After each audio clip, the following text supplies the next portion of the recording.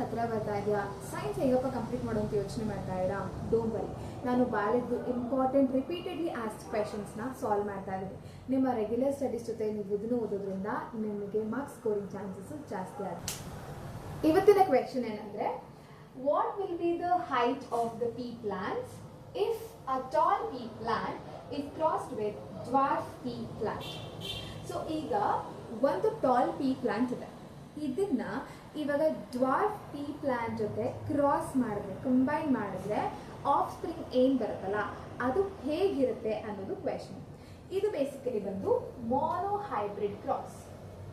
Mono hybrid cross. Hybrid ಅಂತ ನಾವು ಯಾವ್ದು ಕರಿತೀವಿ? ಯಾವಾಗ ಎರಡು ಇಂಡಿವಿಜುವಲ್ಸ್ ಕಂಬೈನ್ ಆಗಿ ಏನು ಆಫ್ ಸ್ಪ್ರಿಂಗ್ ಬರುತ್ತಲ್ಲ, ಏನು ಯಂಗ್ ಒನ್ ಬರುತ್ತಲ್ಲ, ಅದನ್ನ ನಾವು ಹೈಬ್ರಿಡ್ ಅಂತ ಕರಿತೀವಿ. So this is a hybrid. ಇಲ್ಲಿ ನಾವು ಒಂದು ಕ್ಯಾರೆಕ್ಟರಿಸ್ಟಿಕ್ಸ್ ಬಗ್ಗೆ ಮಾತಾಡ್ತಾ ಇದ್ದೀವಿ, that is height of the plant. ಅಂದರೆ ಹೈಟ್ ಬಗ್ಗೆ ಮಾತಾಡ್ತಾ ಇರೋದು, ಒಂದು ಕ್ಯಾರೆಕ್ಟರ್, ಹೈಟ್ ಬಂದು ಒಂದು character of the plant.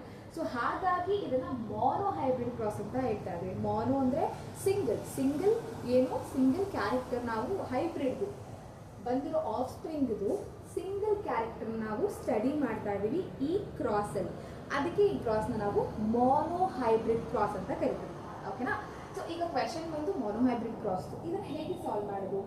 What will be the height of the pea plants if a tall pea plant is crossed with dwarf pea plant? ಅಂದರೆ tall pea plant ಇದು genotype ಏನು ಕೊಡಿದ್ದಾರೆ? Capital T and dwarf pea plant ಇದು genotype ಏನಿದೆ? Small T. So ಇದು ಬಂದು parents ಆಯ್ತು. ಈಗ ಪೇರೆಂಟ್ಸ್ ಇಂದ ಗ್ಯಾಮೆಟ್ಸ್ ತೆಗೆದಾದ್ರೆ ಎರಡು ಕಾಮನ್ ಆಗಿರೋದ್ರಿಂದ ಒಂದೇ ಒಂದು ಜೀನ್ ಬರ್ಕೊಳ್ತಾ ಇದೀನಿ. ಇದರಲ್ಲೂ ಹಾಗೆ ಎರಡು ಕಾಮನ್ ಆಗಿದೆ, ಒಂದು ಜೀನ್ ಬರ್ಕೊಳ್ತಾ ಇದೀನಿ. ಸೊ ಇದರಿಂದ ಒಂದು ಗ್ಯಾಮೆಟು, ಇದರಿಂದ ಒಂದು ಗ್ಯಾಮೆಟು. ಸೊ ಎರಡು ಇಂಡಿವಿಜುವಲ್ ಗ್ಯಾಮೆಟ್ಸ್ ಕಂಬೈನ್ ಆಗಿ ಬಂದಿರೋ ಆಫ್ ಸ್ಪ್ರಿಂಗ್ ಅಲ್ಲಿ ಕ್ಯಾಪಿಟಲ್ ಟಿ ಸ್ಮಾಲ್ ಟಿ ಇದೆ. ಅಂದ್ರೆ ಇದರದ್ದು ಜೀನೋಟೈಪ್ ಬಂದು ಕ್ಯಾಪಿಟಲ್ ಟಿ ಸ್ಮಾಲ್ ಟಿ ಇದೆ. ಫಿನೋಟೈಪ್ ಏನಾಗುತ್ತೆ ಅಂದ್ರೆ ಏನ್ ಅಪಿಯರೆನ್ಸ್ ಇರುತ್ತೆ, ಇರೋದು ಟಾಲ್ ಕ್ಯಾರೆಕ್ಟರ್ ಬರುತ್ತೆ. ಏನು ಆಫ್ ಸ್ಪ್ರಿಂಗ್ ಬಂದಿದೆ ಇದು ಟಾಲ್ ಆಗಿರುತ್ತೆ. When you combine tall pea plant with dwarf pea plant. ಯಾಕೆ ಅಂತ ಅಂದ್ರೆ ಸ್ಮಾಲ್ ಟಿ ಏನಿದೆ ಇದು ರಿಸೆಸಿವ್ ಕ್ಯಾರೆಕ್ಟರ್. ಅದು ಕ್ಯಾಪಿಟಲ್ ಟಿ ಜೊತೆ ಇದ್ರೆ, ಅಂದ್ರೆ ಡಾಮಿನೆಂಟ್ ಜೀನ್ ಜೊತೆ ಇದ್ದಾಗ ಅದ್ರ ಕ್ಯಾರೆಕ್ಟರ್ನ ಅದು ಎಕ್ಸ್ಪ್ರೆಸ್ ಮಾಡ್ಕೊಳಕ್ ಆಗಲ್ಲ. ಇಲ್ಲಿ ಅದು ಎಕ್ಸ್ಪ್ರೆಸ್ ಮಾಡ್ಕೊಳಕ್ಕಾಯ್ತು, ಯಾಕಂದ್ರೆ ಅದು ಇನ್ನೊಂದು ಸ್ಮಾಲ್ ಟಿ ಜೊತೆ ಇದೆ, ಇನ್ನೊಂದು ರೆಸೆಸಿವ್ ಜೀನ್ ಜೊತೆ ಇದೆ, ಹಾಗಾಗಿ ಡ್ವಾರ್ಫ್ ಪೀ ಪ್ಲಾಂಟ್ ಬಂತು. ಆದ್ರೆ ಇಲ್ಲಿ ಸ್ಮಾಲ್ ಟಿ ಕ್ಯಾಪಿಟಲ್ ಟಿ ಜೊತೆ ಇರೋದ್ರಿಂದ ಸ್ಮಾಲ್ ಟಿಗೆ ಅದರ ಕ್ಯಾರೆಕ್ಟರ್ನ ಅಂದರೆ ಡ್ವಾರ್ಫ್ನೆಸ್ನ ಎಕ್ಸ್ಪ್ರೆಸ್ ಮಾಡ್ಕೊಳ್ಳೋಕ್ಕೆ ಆಗೋದಿಲ್ಲ. ಹಾಗಾಗಿ ಇದ್ರಲ್ಲಿ ಬಂದಿರೋ ಆಫ್ ಸ್ಪ್ರಿಂಗ್ದು ಕ್ಯಾರೆಕ್ಟರ್ ಇರುತ್ತೆ ಟಾಲ್ ಪೀ ಪ್ಲಾಂಟೇ ಆಗಿರುತ್ತೆ. ಇದು ಬಂದು ಫಸ್ಟ್ ಜನರೇಷನ್. ಸೆಕೆಂಡ್ ಜನರೇಷನ್ ಏನಿರುತ್ತೆ ಅಂದರೆ F1 ಮತ್ತು F1 ಕ್ರಾಸ್ ಮಾಡಿದಾಗ ನಮಗೆ ಬರೋದು ಯಾವುದು? F2 generation. F2 ಜನರೇಷನ್ಲಿ ನಾನು ಏನು ಆಫ್ ಸ್ಪ್ರಿಂಗ್ ಬಂದಿತ್ತು F1 ಜನರೇಷನಲ್ಲಿ ಅದನ್ನ ಕ್ರಾಸ್ ಮಾಡ್ತಾ ಇದ್ದೀವಿ. F2 ಜನರೇಷನ್ ಮಾಡ್ತಾ ಇದ್ದೀವಿ. F2 ಜನರೇಷನ್ ಅಲ್ಲಿ ಏನು ಕ್ರಾಸ್ ಮಾಡ್ತಾ ಇದ್ದೀವಿ? F1 ಇಂಟು F1 ಅಂದರೆ ಫಸ್ಟ್ ಜನರೇಷನ್ ಅಲ್ಲಿ ಬಂದಿರೋ ಆಫ್ ಸ್ಪ್ರಿಂಗ್ ನ ಮತ್ತೆ ಅದೇ ಜನರೇಷನ್ ಬಂದಿರೋ ಆಫ್ ಸ್ಪ್ರಿಂಗ್ ಜೊತೆ ಕಂಬೈನ್ ಮಾಡ್ತಾ ಇದ್ದೀವಿ. Capital T small T into capital T small T. ಇವಾಗ ಇದು ಎರಡು ಪೇರೆಂಟ್ಸ್, ಇದು ಒಂದು ಪ್ಯಾರೆಂಟ್, ಇದೊಂದು ಪ್ಯಾರೆಂಟ್, ಇವಾಗ ಎರಡನ್ನೂ ಕಂಬೈನ್ ಮಾಡ್ತಾ ಇದ್ದೀವಿ. ಸೊ ನಮ್ಮ ಜೀನ್ಸು ಒಂದೇ ಇದ್ದಿದ್ರೆ ನಾವು ಒಂದನ್ನು ತಗೋಬೋದಿತ್ತು. ಇವಾಗ ಎರಡು ಡಿಫ್ರೆಂಟ್ ಜೀನ್ಸ್ ಇರೋದ್ರಿಂದ ಕ್ಯಾಪಿಟಲ್ ಟಿ ಸ್ಮಾಲ್ ಟಿ ಅನ್ನೋ ಸಪ್ರೇಟ್ ಜೀನ್ಸ್ ಬರುತ್ತೆ. ಈ ಪೇರೆಂಟಲ್ಲೂ ಅಷ್ಟೇ capital T and small T ಅಂತ ಸಪ್ರೇಟ್ ಜೀನ್ಸ್ ಬರುತ್ತೆ. ಈಗ ಇದನ್ನು ಕ್ರಾಸ್ ಮಾಡಬೇಕು. ನಾವು ಪುನೆಟ್ ಸ್ಕ್ವೇರ್ನ ಹಾಕೊಳ್ತಾ ಇದ್ದೀವಿ. ಈಗ ಒಂದು ಪೇರೆಂಟ್ದು ಗ್ಯಾಮೆಟ್ನ ಮೇಲೆ ಬರ್ಕೊಂಡೆ, ಅನದರ್ ಪೇರೆಂಟ್ ಇದನ್ನ ವರ್ಟಿಕಲ್ ಆಗಿ ಬರ್ಕೊಂಡೆ. ಈಗ ಕ್ರಾಸ್ ಮಾಡ್ತಾ ಹೋದರೆ capital T into capital T, capital T into small T, capital T into small T, small T into small T. ಇದು ನಮಗೆ 4 ಆಫ್ ಸ್ಪ್ರಿಂಗ್ಸ್ ಬಂತು. 4 ಆಫ್ ಸ್ಪ್ರಿಂಗ್ಸ್ ಅಲ್ಲಿ ಯಾವ್ದು ಹೇಗಿದೆ? ಕ್ಯಾಪಿಟಲ್ ಟಿ ಏನಾಯ್ತು? ಟಾಲ್, ಯಾಕಂದ್ರೆ ಎರಡು ಡಾಮಿನೆಂಟ್ ಜೀನ್ ಇದೆ.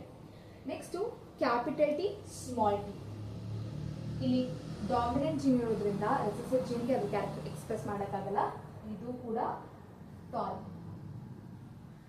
Capital T small T same dominant gene ಇರೋದ್ರಿಂದ ಅದು ಡಾಮಿನೆಂಟ್ ಕ್ಯಾರೆಕ್ಟರ್ನ ಎಕ್ಸ್ಪ್ರೆಸ್ ಮಾಡುತ್ತೆ, ದಟ್ ಇಸ್ ಟಾಲ್.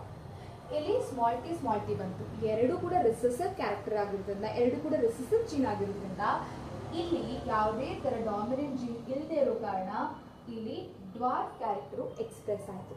ಹಾಗಿದ್ರೆ ಬಂದಿರೋ 4 ಆಫ್ ಸ್ಪ್ರಿಂಗ್ಸ್ ಅಲ್ಲಿ ಯಾವ್ದ್ಯಾವ್ದು ಟಾಲ್ ಇದೆ, ಯಾವ್ದ್ಯಾವ್ದು ಡ್ವಾರ್ಫ್ ಇದೆ? ಟಾಲ್ ನೋಡೋದಾದ್ರೆ 3 ಟಾಲ್ ಬಂದಿದೆ.